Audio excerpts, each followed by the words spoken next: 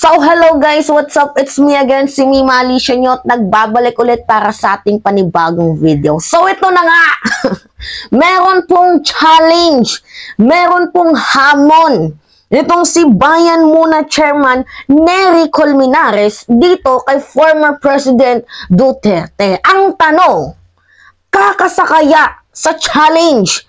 Kakasakaya sa hamon ni Bayan Muna Chairman Nery Colmenares itong si former President Duterte? Yan o. Basahin natin guys. Sabi sa News 5, sabi dito sa balita ng News 5, hinamon ni Bayan Muna Chairman Nery Colmenares si dating Presidente Rodrigo Duterte na makipagtulungan sa International Criminal Court or ICC hingil sa kanyang kaso. Nitong linggo, matatandaang napabalita na may naghihintay na umanong warrant of arrest ang International Criminal Court para dito kay dating Pangulong Rodrigo Duterte, kaugnay sa war on drugs ng kanyang administrasyon. So sabi pa nga niya, we do not want lives to be lost here, but we want justice to be served. Mabuti nga at ang kaso niya ay dumadaan sa tamang proseso at hindi tulad sa mga biktima ng peking drug war niya na biglaan lang na pinatay.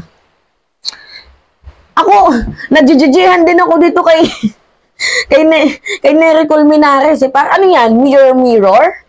Diba? Anyway, parehas lang naman sila. Nabalik tuloy yung galit ko dito kay Nery Colmenares. Kasi guys, yung content natin sana ngayon is about sa tanong lang na kung i-accept ba ni former President Duterte ang challenge, ang hamon ni Bayan Muna Chairman Nery Colmenares kung makikipagtulungan siya, ready to cooperate siya dito sa International Criminal Court. Kasi sa palagay ko naman, ako na nga yung sasagot sa palagay ko naman na hindi ho i-accept or kakasa sa challenge ni Nery Colmenares itong si former President Duterte dahil according na nga mismo sa binitawang statement ni former spokesperson Harry Roque na attack dog ni former President Duterte, ayun na nga, manlalaban siya. Diba, sa madaling sabi, hindi daw siya magpapa-aresto ng buhay, bagkus manlalaban siya. Diba nga, naging mambabatas, naging abogado, naging presidente. Tingnan niyo ang pagkagago, walang respeto sa sa bansang Pilipinas. So ngayon, biglang nag-reflash sa utak ko kasi sabi ko, ano to? Mirror lang din. Parang, kasi guys, parehas lang naman talaga silang dalawa. Ako guys hindi ako yung tipo ng vlogger na di porket galit si Colmenares dito kay Duterte, kakampihan ko na si Colmenares, kakalimutan ko na yung kanyang mga ginawa. Hindi po ako ganun guys. Ako po yung vlogger na pro-life at pro-justice. So sana yung content natin dito is yung sa challenge lang. Pero anyway, nanggigigil din ako dito kay Colmenares. Sorry, bigla akong nawala. Imagine sabi niya, we do not want lives to be lost here, but we want justice to be served. Abay, tarantado. Oh, yung mga inosenteng bata, inosenteng magsasaka, you know, humihingi din yun ng hustisya, Nery Colmenares. Gaano kadaming CPP, NPA, NDF, ang mga tinigok nila na mga inosenteng bata, inosenteng magsasaka, kahit nga yung mga estudyante, sinira nyo ang buhay nila. Diba? Yung mga may future sana para sa ating bayan, binrainwash nyo. Ang ina mo, isa ka pa din Tarantado. Magsasabi ka ng, we do not want lives to be lost here, but we want justice to be served. Dapat dalawa kayo. Dapat dalawa kayo. Diba, ang lakas niyang mag-amok, nasasabihin niya na ayaw niya na mayroong buhay ang malagas dito. Pero siya mismo, sila ng kagrupo niya, diba, imagine, mga nantetegi kayo ng mga inosenteng bata, inosenteng mamamayang Pilipino.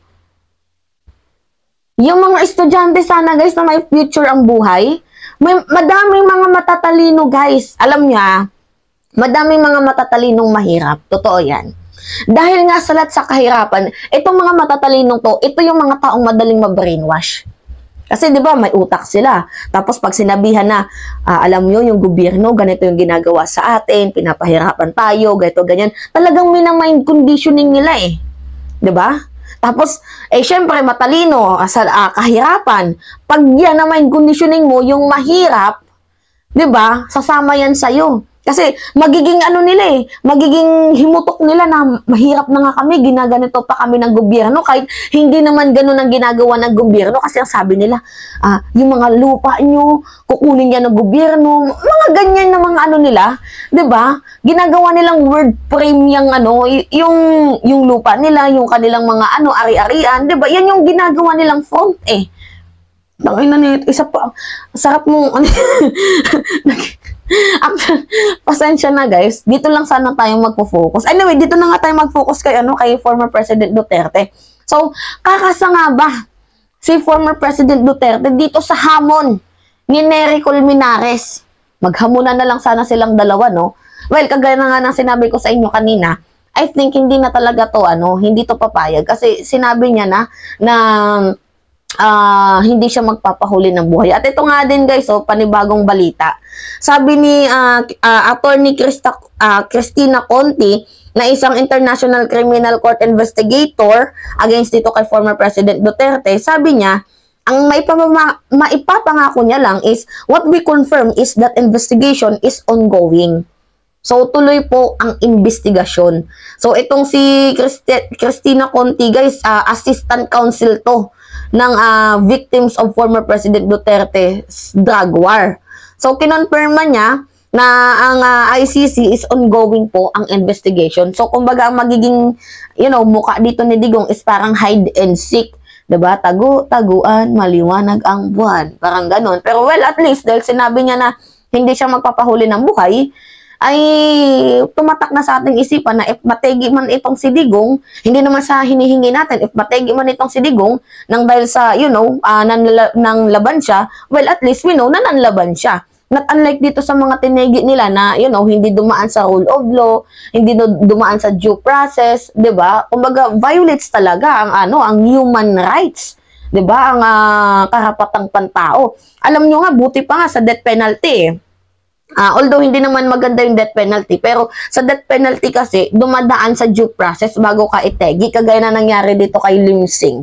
Natandaan nyo, si Lim Sing, pinakamalaking Chinese drug lord na pumunta dito sa Pilipinas, nagtago ata sa Pilipinas if I'm not mistaken, sa panahon ni former President Marcos Sr.